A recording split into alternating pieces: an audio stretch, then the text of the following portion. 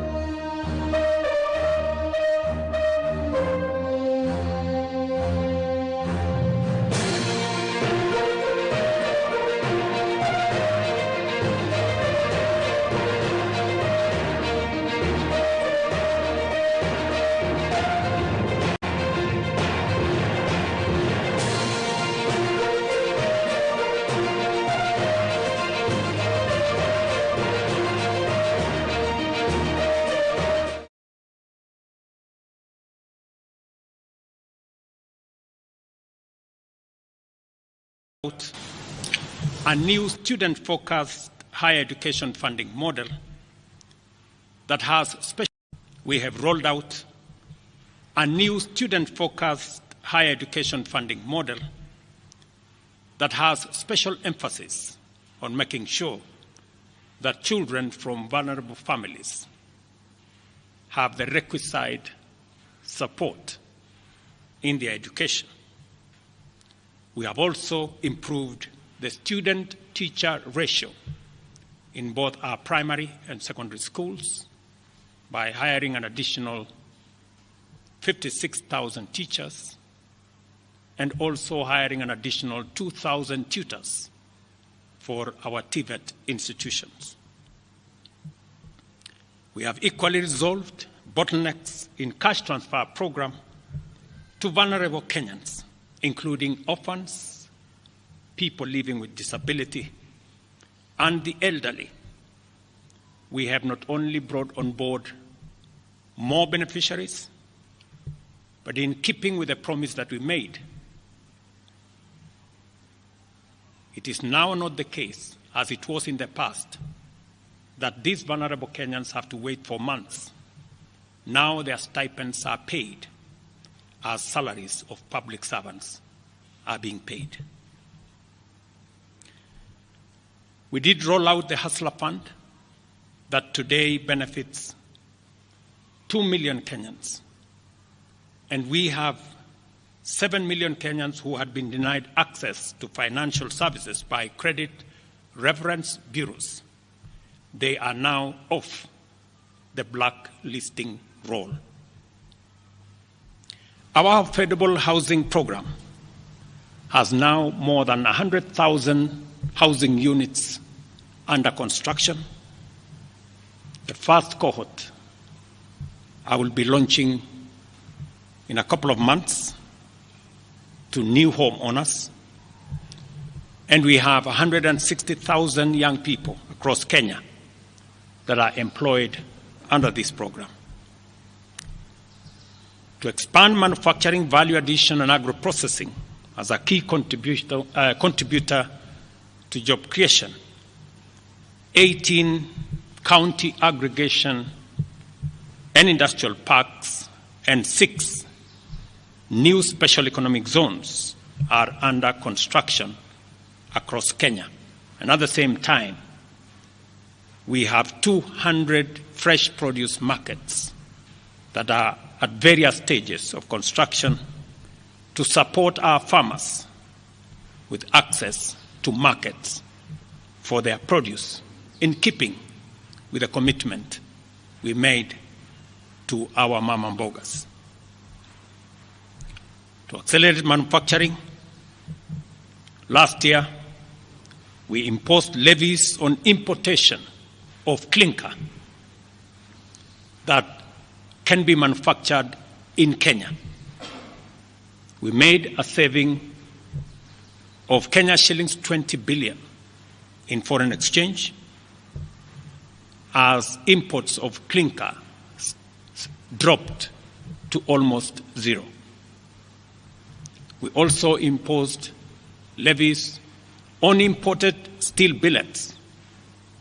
And today, we have 11 steel factories that 6 years ago were closed.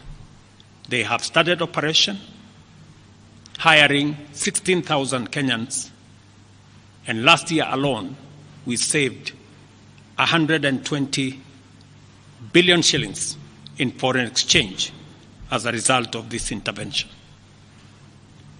Our digital transformation agenda is also on course with 17,000 government services online, while we have 274 digital hubs across Kenya with 152,000 students and digital workers in our TVETs and also in digital hubs in different parts, up and running and giving young people an income.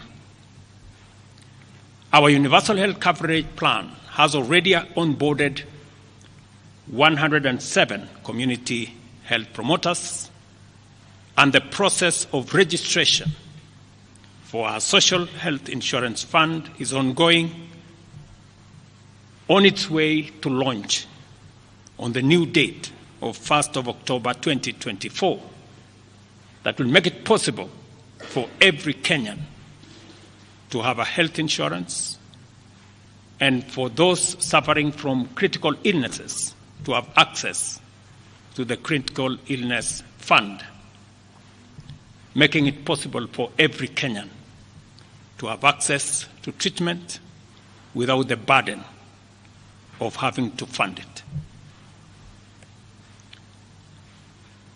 On the measures I announced last week, barring state and public officers from engaging in harambes, I want to inform the country that the Public Fundraising Appeals Bill is now ready for publication tomorrow.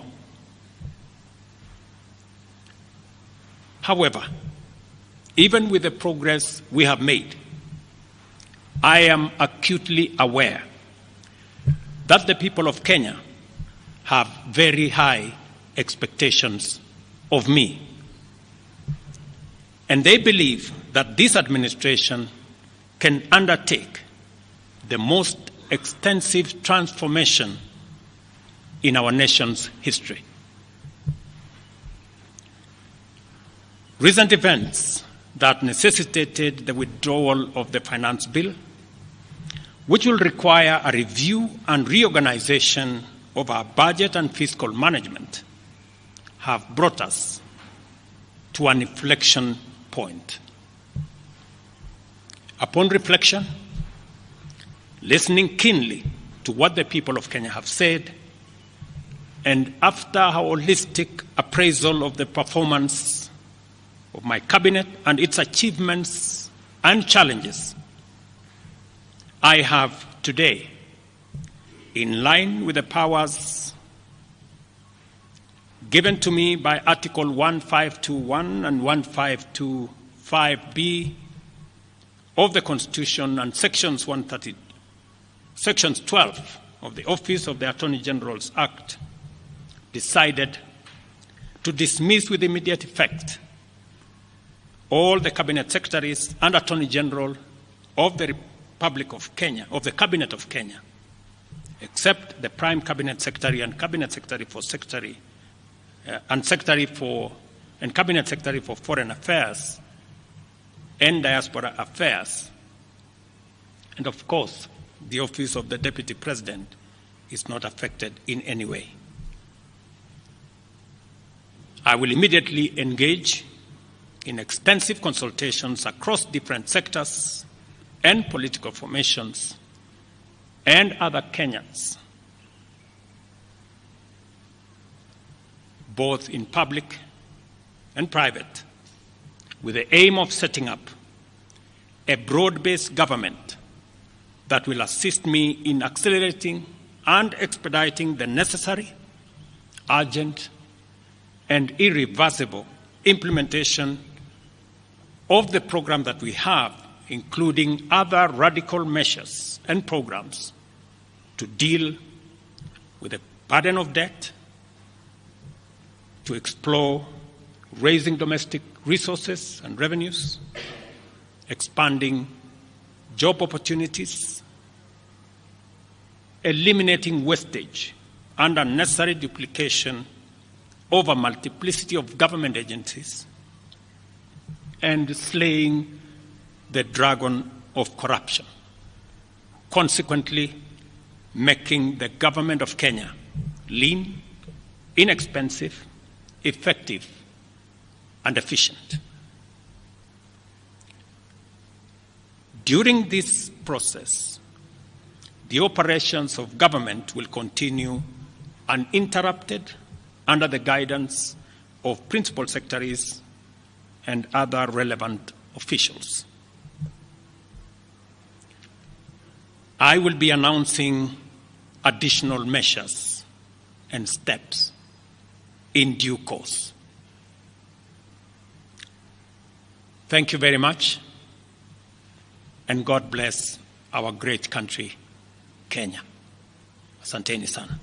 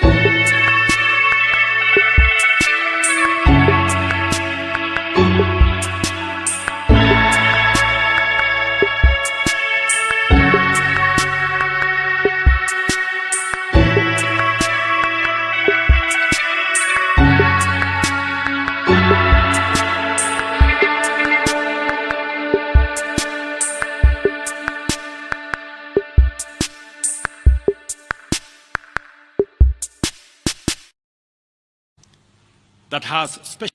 We have rolled out a new student-focused higher education funding model that has special emphasis on making sure that children from vulnerable families have the requisite support in their education.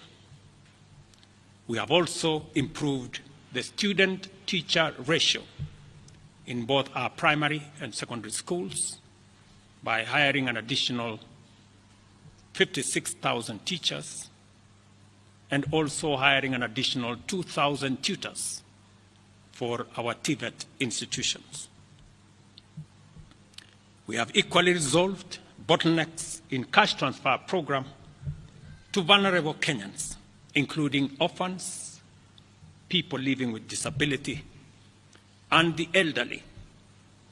We have not only brought on board more beneficiaries, But in keeping with the promise that we made, it is now not the case, as it was in the past, that these vulnerable Kenyans have to wait for months. Now their stipends are paid as salaries of public servants are being paid. We did roll out the Hustler Fund that today benefits 2 million Kenyans. And we have 7 million Kenyans who had been denied access to financial services by credit reference bureaus. They are now off the blacklisting roll. Our affordable housing program has now more than 100,000 housing units under construction. The first cohort I will be launching in a couple of months to new homeowners. And we have 160,000 young people across Kenya that are employed under this program. To expand manufacturing, value addition, and agro-processing as a key contributor to job creation, 18 county aggregation and industrial parks and 6 new special economic zones are under construction across Kenya.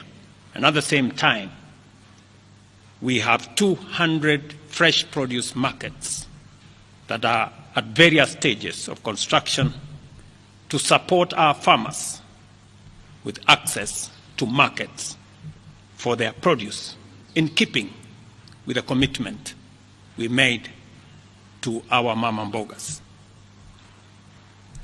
To accelerate manufacturing, last year we imposed levies on importation of clinker that can be manufactured in Kenya.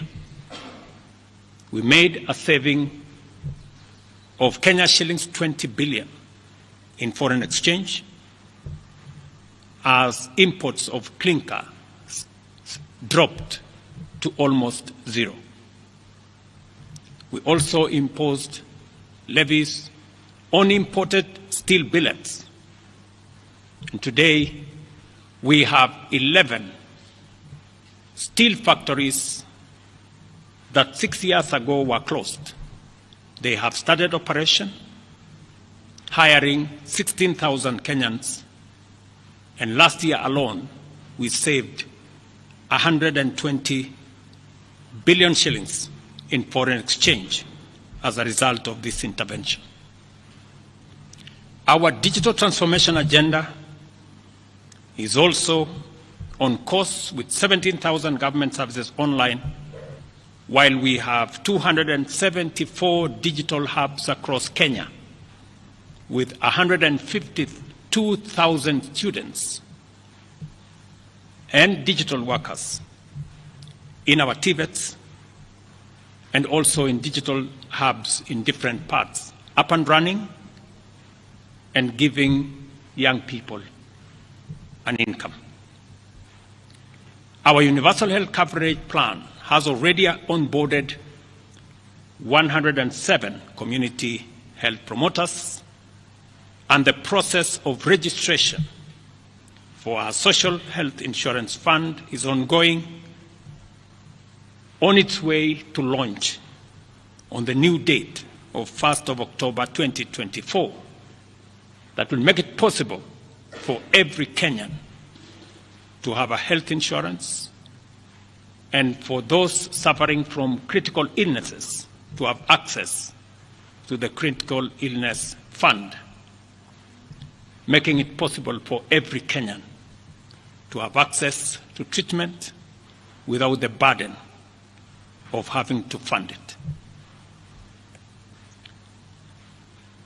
On the measures I announced last week, barring state and public officers from engaging in harambes, I want to inform the country that the Public Fundraising Appeals Bill is now ready for publication tomorrow.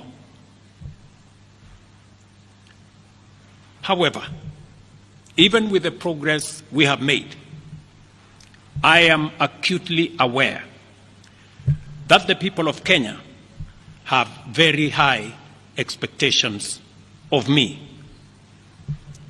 And they believe that this administration can undertake the most extensive transformation in our nation's history. Recent events that necessitated the withdrawal of the finance bill, which will require a review and reorganization of our budget and fiscal management, have brought us to an inflection point. Upon reflection, listening keenly to what the people of Kenya have said, and after a holistic appraisal of the performance of my cabinet and its achievements and challenges, I have today, in line with the powers given to me by Article 1521 and 1525B of the Constitution and Sections 12 of the Office of the Attorney General's Act, decided to dismiss with immediate effect all the Cabinet Secretaries and Attorney General of the Republic of Kenya, of the Cabinet of Kenya, except the Prime Cabinet Secretary and Cabinet Secretary for Cabinet Secretary for Foreign Affairs and Diaspora Affairs. And of course, the Office of the Deputy President is not affected in any way. I will immediately engage in extensive consultations across different sectors and political formations and other Kenyans, both in public and private, with the aim of setting up a broad-based government that will assist me in accelerating and expediting the necessary, urgent, and irreversible implementation of the program that we have, including other radical measures and programs to deal with the burden of debt, to explore raising domestic resources and revenues, expanding job opportunities, eliminating wastage and unnecessary duplication of a multiplicity of government agencies, and slaying the dragon of corruption, consequently making the government of Kenya lean, inexpensive, effective, and efficient. During this process, the operations of government will continue uninterrupted under the guidance of principal secretaries and other relevant officials. I will be announcing additional measures and steps in due course. Thank you very much, and God bless our great country, Kenya. Asanteni sana.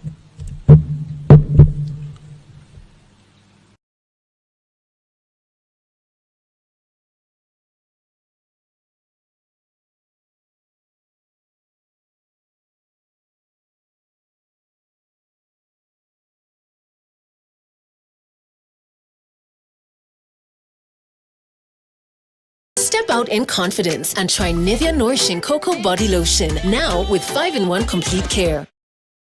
Doesn't need much interpretation, does it? Protesters want you out of office. How do you respond to that? Everybody is entitled to their opinion. I have a job to do. We are a country of rules. We are a constitutional democracy and citizens, because we all enjoy the freedom of speech, freedom of thought, Citizens are free to engage in discourse that they want to, but that is what it is. Those are the fruits and signs of a democracy. But this is no ordinary discourse, Mr. President. Over 20 people are dead. 39 are missing through state-driven abductions. And first, they're asking a very simple question. 24 people dead. Your Excellency, do you have blood on your hands? I have no blood on my hands. 19 people, to the record that I have from the security agencies, are dead. Very unfortunate. As a democracy, that should not be part of our conversation.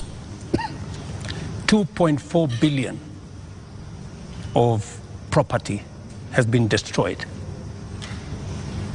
The Office of the Chief Justice has been burnt. City Hall has been burnt. Parliament has been burnt.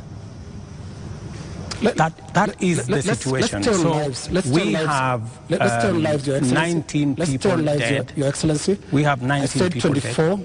You said 19. Let's stay on lives. And number two, Your Excellency, on abductions. Your Excellency, let's stay on lives. There are people who are burying their children, whether they're 19 or 24, and they're watching now, and they want to see how you feel about the deaths. Give us your feeling. And these are real human beings. Don't you feel a sense of responsibility for what is going on in the country? Let me tell you the following. Any life that is lost is something that must bother anybody, beginning with myself. And it is the reason why I have told you that when I came into office, I said three things. Number one, I said there will be no extrajudicial killing in Kenya. That's number one. And I have made sure that there is no extrajudicial killing in Kenya. That's number one. Number two, when I came into office, I said I want an independent police service. And I did sign the necessary instruments so that the police does not need permission, does not need authority, and does not report to the office of the president. The police operational, financial independence, I have made sure that the police don't have to ask me, don't ask anybody. They operate independently.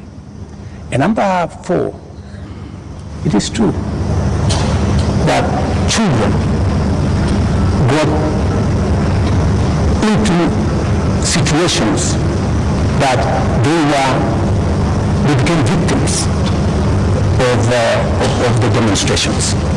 What started to all of us, and I have spoken about it, I have said, the young people who have stepped forward to engage in the political discourse of their country in a peaceful manner, tribeless, are a welcome development in Kenya. That I said. But let me also say the following. These great young people who have stepped forward to prosecute their agenda, the affairs of the country, I am certain that they did not ban Parliament. Criminals and other agents who took advantage of a legitimate concern of Kenyans stepped in, went and banned the Chief Justice's office, went and banned City Hall, went and banned Parliament, and destroyed property of innocent citizens. The parents, Mr. President, what are you telling them? These things have happened under your watch. I am telling every parent, I have kids like they do. And I care when there are issues in town where criminals can take advantage of situations and create a situation where the police have to use rubber bullets, the police have to use live bullets in some cases, because that is what an independent police service has to do. And I am sure the police have a record and have an explanation for every incident that they were engaged in. And here is the incident, Mr. President. Here is the incident, Mr. President. This boy, 12-year-old, took 8 bullets into the body of a 12-year-old boy. What would you tell the mother of that boy? That boy is alive, right? No, it's not. Kennedy Onyango died. He's dead. So he's the one who died. Yes. So you're not talking about the person who was shot with rubber bullets? No. No. Yeah? Shot with bullets So, 8 times. Let me tell you. Yeah. In Ngong, this is the situation in Ngong, right? In Ngong, there was an incident where the police were overpowered by criminals. They took a firearm from the police. They used that firearm against people. And one policeman had to shoot this fellow who had hijacked a gun from a policeman so that not to endanger the lives of more citizens. It is among the 3 people. One of the criminals is among the 3 people who was shot by the police after they overpowered the police and took the bullet and took the gun from the police and used it against innocent citizens. I cannot confirm to you that this is not the man that shot the child, but investigations are going on and we will get to the bottom of it. Mr. President, I am telling the mother of this young person that I, as president, will make sure that finally I will give her an explanation of what really happened and make sure that we bring this to a situation where, like her, like myself who have children, she too can be, her child can be accounted for. Mr. President, the Kenya National Commission on Human Rights is the one that has accounted for 24 bodies lying in morgues.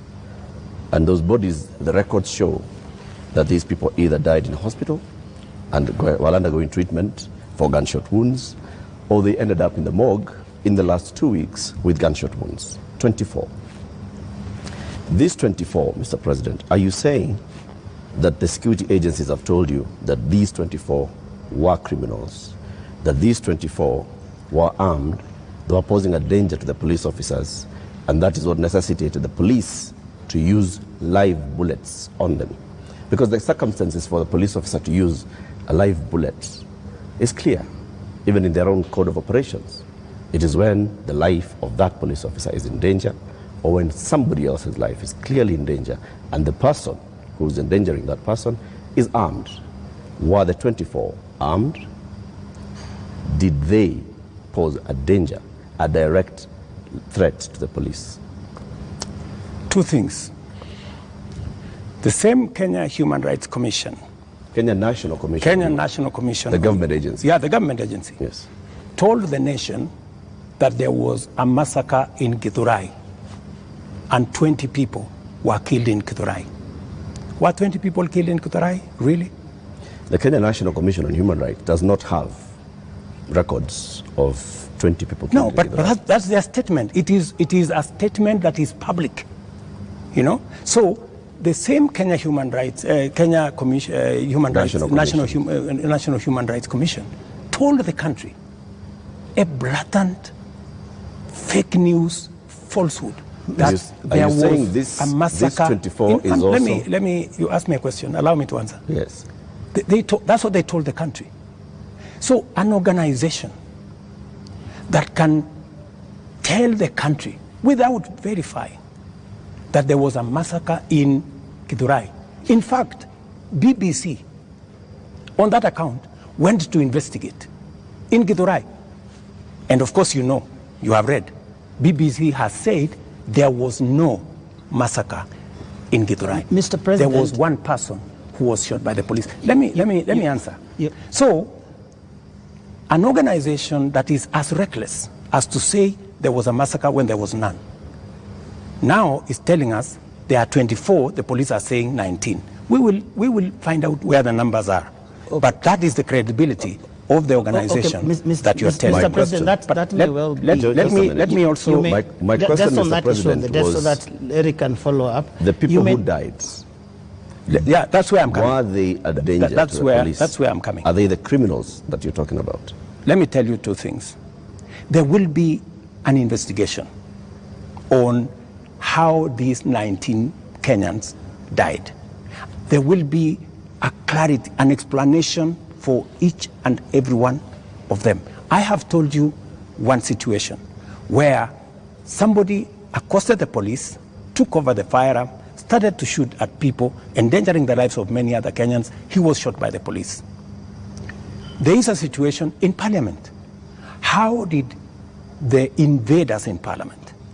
They invaded Parliament and went straight for the armory at the Mausoleum. They went straight at the armory at the Sergeant at Arms office. Those are the investigations that we will get into, and a proper explanation will be given to the country. Are weapons lost? What I am saying... Are the weapons at the armories and the Mausoleum and inside Parliament? That is why there will be an investigation of how these armories were attacked and how did these people know that there was an armory in Parliament? Mr. President, you may not believe the Kenya National Commission on Human Rights, but surely you would believe your own deputy who has said there's been a return to extrajudicial killings and abductions contrary to what you and him promised the people of Kenya. Let me tell you, I am the president and I speak for the government of Kenya, right? And so this is what I'm telling you. I made 3 commitments that I will make sure the police is independent. And I did that on my first day in office. Number 2, I said there will be no extrajudicial killing in Kenya. I have kept my promise. Number 3, I have told you that if there is any arrest by the police, that does not amount to an abduction. In my very honest opinion. Let's pause for a moment, Mr. President, and I just want us to go to that video over there, which will play on air, and let's pause and watch it together, Your Excellency. Let's watch this video. Sell them to the people of Kenya. There are enough intelligent people in Kenya to differentiate what is good from what is better and what is best. Ni jambo mbaya sana kama tutatumia askari polisi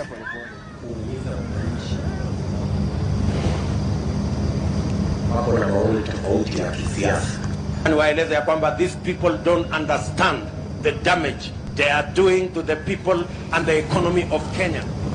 All right. Yes, the video in contention here was recorded earlier today. Yes. That of former MP Alfred Keter being abducted in broad daylight. Mr. President, before you even talk about the entire incident, the children were screaming, and a sound that we believe belongs to the wife was also heard, screaming in distress. How does that make you feel? 3 things. I have told you, I made a deliberate decision to make sure that the police operate independently. That's number 1. Number 2, I have told you, if the police summon Linus Kaikai, and Linus Kaikai refuses to go to the police, are the police not entitled to come and look for you? When the police come to arrest you after they have summoned you and you didn't show up, is that an abduction? So let's have this as a confirmation that no, I'm just asking you. Let's have this as a confirmation, Your Excellency, that Alfred Keter was summoned by police. He refused to the police have respond to issued the a statement. I would suggest, instead of us having a back and forth, the police have released a statement. Can you check what the police have released, the statement? And you still not answered my question. Which the was? wife and children screaming that way. I mean, how do you feel, Your Excellency? I mean, my friend, every child, every mother feels the same when their parent is under attack. I mean, that is what it is. But let me ask you, what about the children? What about the children of those who have lost their lives because of the criminality of others? Don't they feel the same? So we just need to be a country of the rule of law. Impunity cuts both ways. Those who respect the law must be protected by the law. Those who do not respect the law must face the full force of the law. That's how it operates. That's how we will have a society. Here is the same way we must condemn excessive use of police powers, but we must equally deal firmly and decisively with criminals who put the lives of other Kenyans in danger, destroy property of hard-earned earnings.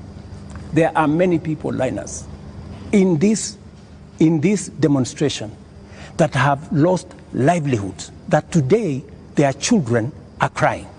Today their wives are in tears because they don't know how to face tomorrow. Mr. President, their businesses have been wiped out. Yeah. Their incomes have been destroyed.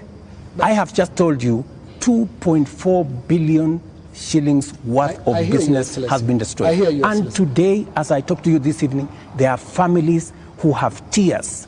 There are families who do not know how to face tomorrow. And I've asked you very specifically, President, how do you feel about those tears, especially those who have been killed by police bullets? It is horrible. It is horrible.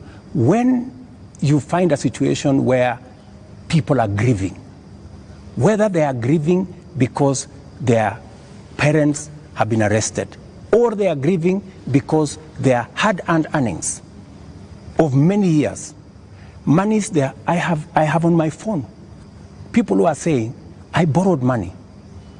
My whole loan has been wiped out. My whole barbershop has been destroyed. My whole hardware has been looted and burnt. And they are in tears. So I must equally work with the police to protect all these citizens. And it cuts both ways, Linus. It cuts both ways. Using the rule of law. Absolutely. Let me take you to just step by step. Absolutely, the rule of law. The rule of law says. The rule of law requires the police to investigate a matter, to, when they have sufficient evidence, present that to the ODPP. The Director of Public Prosecutions takes people who are culpable to court. That's the journey in the rule of law, Mr. President.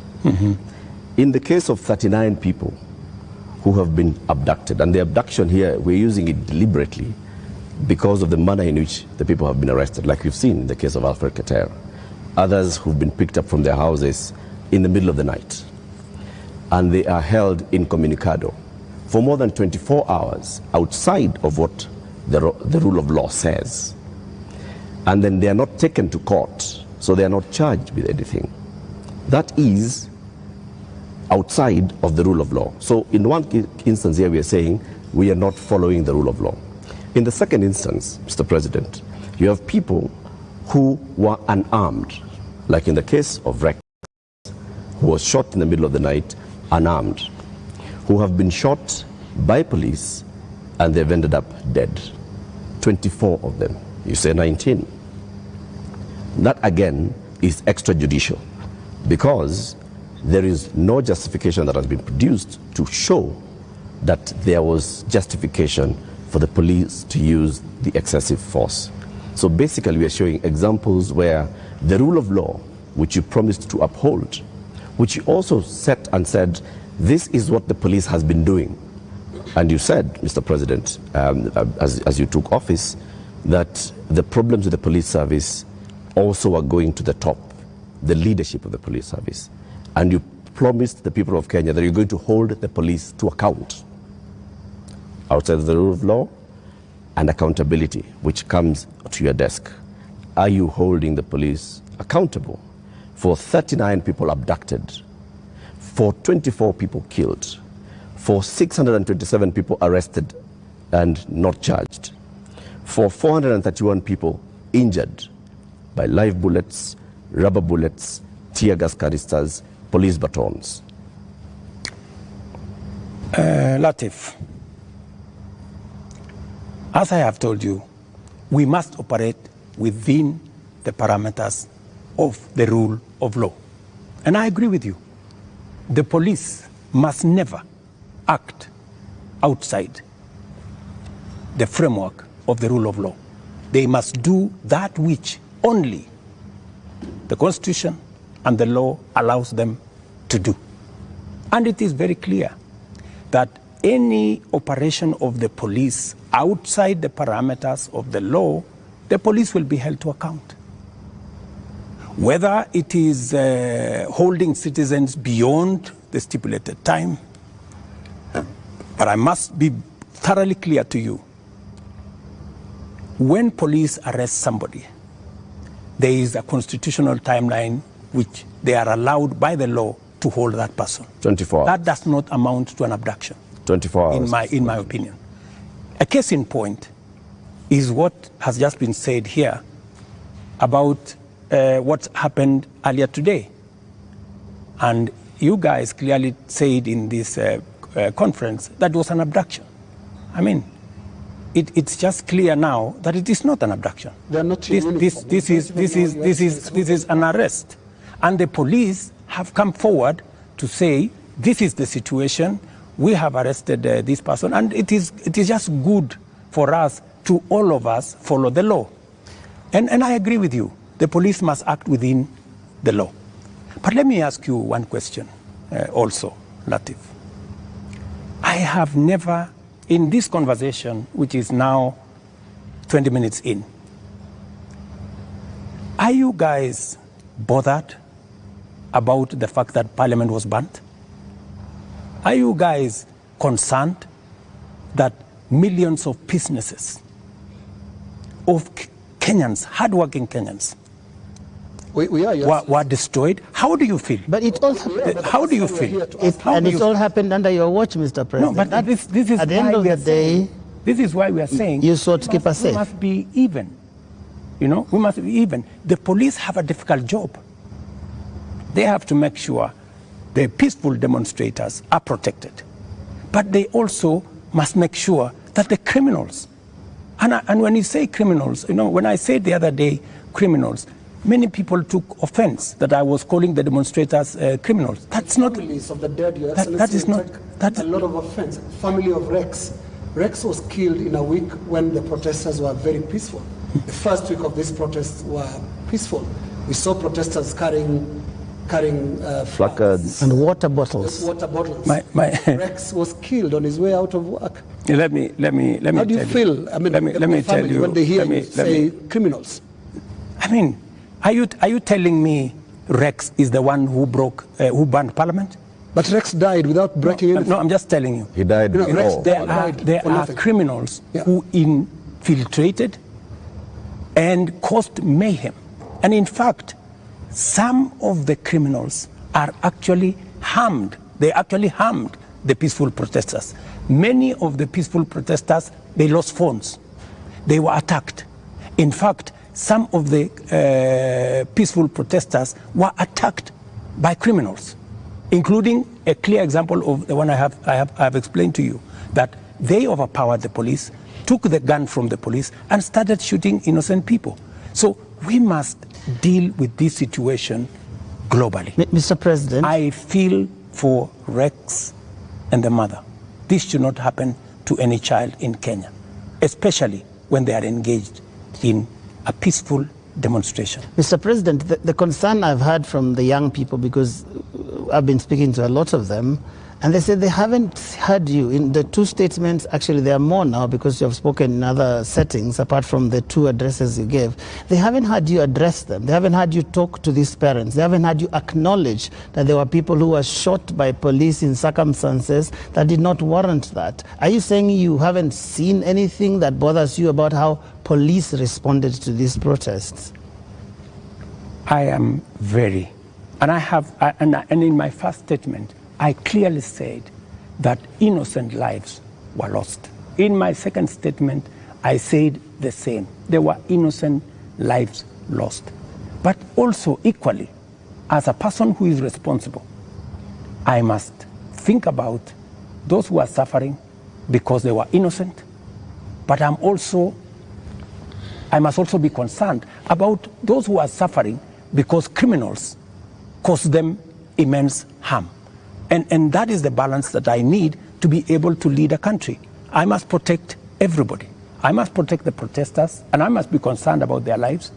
I must also protect innocent people who become victims of criminals who take advantage of a peaceful, democratic process that goes on in our country. Do you feel that you protected all those people in the last couple of days, whether it is people who have businesses, whether it is Parliament, whether it is the people who lost their children? I did my best. If I hadn't done what I did, things would have been much worse. In fact, many people ask me, Mr. President, why did you call in the army? I mean, what choice did I have?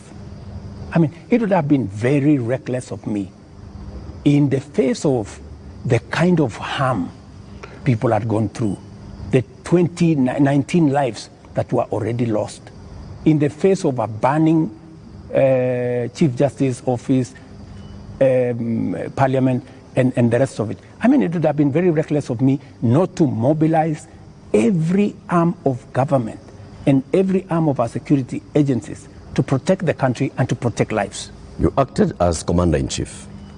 You also acted as President, Head of Government, and the person who took the sword and promised to protect the people of Kenya.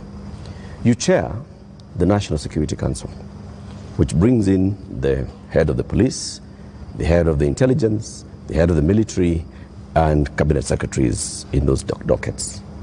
Did you have information prior to Tuesday that there was going to be infiltration of the peaceful demonstrations by the criminal elements that you've talked about more than once? And if you did, what did you do about it? We had information, and that is why we prepared in the manner in which we did. If we hadn't prepared in the manner in which we did, we would not be counting 19. We would be counting different numbers. Okay. And I am telling you that the level of mobilization by criminals was heavy. In fact, many of the peaceful protesters, many of the young people, very well-meaning young people, left the town by 10, maybe 11, because they realized, and in fact you could hear them in their zelo. They were saying, guys, this is not our group. Let us go. Let us leave. You could hear them. It was in public domain that the peaceful demonstrators all of a sudden realized that the whole thing had metamorphosed into criminality. So there were criminal elements that basically hijacked. So Tuesday, Wednesday, Thursday, Friday, Saturday, it is Sunday. Mr. President, how many people are in custody on account of this? Those who you said they conducted treasonous activities, there were criminal elements. You will see them in court tomorrow. How many people are in custody? You will see them in court tomorrow. The police know what I have a ballpark brief by the police that they have enough people. They have actually, because in Kenya nowadays, you cannot commit crime and get away with it. Those who attacked Parliament are on CCTV. Those who attacked the judiciary are on CCTV. Those who attacked everywhere, those who destroyed people's shops are on CCTV. Many of them are on the run, but we will catch them. Similarly, Your Excellency. Are the funders Similarly, Your and Excellency. financiers in Similarly. To your question, so the police are at it, because if we don't deal with impunity, we will not have a country. Now, similarly, Your Excellency, you speak of them, protesters, being on CCTV. Not the protesters, I'm saying the criminals who attacked Parliament. Right. Now, every policeman also, without uniform, conducted an abduction, has also been captured on camera. Those who captured Shad Kiprono were captured on camera. Those who captured Alfred Kiter today were captured on camera. And a number of other such incidents. Similarly, so that because I can hear you balancing. Yes, that's correct. Yes, are we going to see action against the killer cops, or were they doing what you are saying you had to do to prevent this from being bad? Any killer cop who went beyond what is provided for in the law, action will be taken against them. But to your question, are you telling me, Linus, that a police officer becomes only a police officer when they are in uniform? No. Police officers can identify themselves even when they are in civilian. So, and when a police officer comes to you and says, this is my ID, I am police officer, you are under arrest for the following reasons, that is legitimate. You cannot tell me that because they were in civilian, then what they did was wrong. And that's not what they do. And that's not what they did to Alfred Keter or Shad Kiprono. There. We have the CCTV footage. It's there. I would suggest, Linus, that we be fair to the police as well. Mr. And I have given you my word. Any police officer who does anything beyond the provisions of the law know the consequences. Just as any citizen who also participates in actions that are outside the law, they also know the consequences. And it is our responsibility to make sure that security agencies act in accordance with the law. As citizens, we act in accordance with the law so that we can have a law-abiding, rules-based, rule of law-based country. As things stand now, Mr. President, are you satisfied with how the police handled this whole matter? I think the police have done the best they could. If there are any excesses, we have mechanisms to make sure that those excesses are dealt with. Let's wrap it this way, Your Excellency, on that topic. You have absolutely no regrets about the abductions and no regrets about the killings? Those are your words. Those are not mine. They're also your deputy's words. Don't put words in my mouth. They're also your deputy's words, and he's part of your government, because it's so scary, Mr. President, sitting there and telling the whole country that from this moment on, we should not believe what your deputy tells us about the state of the nation until you speak. Yet we all thought that you're part of the same government. Don't inject my deputy into this conversation. I think it is not fair, since he's not here, to tell you in what context he said whatever he said. I think it is not proper to discuss the deputy president here, and he's my deputy. Please let me deal. But have you asked him that you had a press conference? Let me deal with the issues as they are now. I think being personal and going that direction does not help.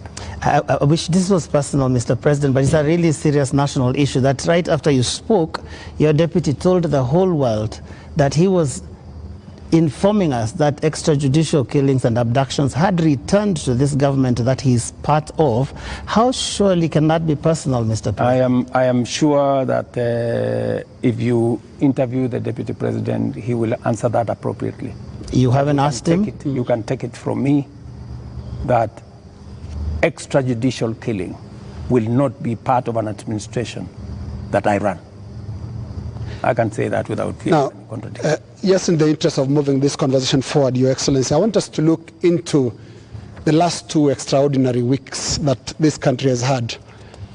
Protests that you called tribeless and some of your aides call leaderless. But protests that are led by young people who are unhappy with how you've run this country for the last just under 2 years, 2 years now. But the question they have as they look at you and watch as you speak today, Your Excellency, do you get it? I get it. Let me tell you, my good friend Linus. What we are facing today is not a product of 2 years. What we are facing today is a product of many years. We've had a problem, a youth bulge, a demographic challenge as a nation, which we have ignored for very long. For the first time, I have decided that I am going to be deliberate, I am going to be intentional on tackling the challenge of young people and unemployment in Kenya. First time, there is an administration that thinks about the young people. Let me give you 3 examples, maybe 4. Well, let's keep it within the 2 weeks, please. No, it's okay. It's the 2 weeks. Yes. But don't look at the 2 weeks in isolation. The young people we have in the street did not happen in the last 2 weeks. They were not born when I became president. They were not jobless when I became, they did not become jobless when I became president. But I want us to... These are young people who over the years, we have close to 4.5 million young people who are out of school, out of college, with degrees, certificates, diplomas, without jobs. And that is why I have done 4 things. Number 1, when I pushed the housing program, it was not about the houses, it was about the jobs. Today, as I talk to you, Linus, we have 160,000 young people working in different parts of Kenya under our housing program. In Mukuru here in Nairobi, and I challenge you, Linus, to go there tomorrow, there are close to 4,000 young people working who were jobless. Number 2, I have a whole program on digital jobs. I was in Ruto now, with the MP for... Allow me to interrupt you. No, allow me. There are risks on both ends of this interview.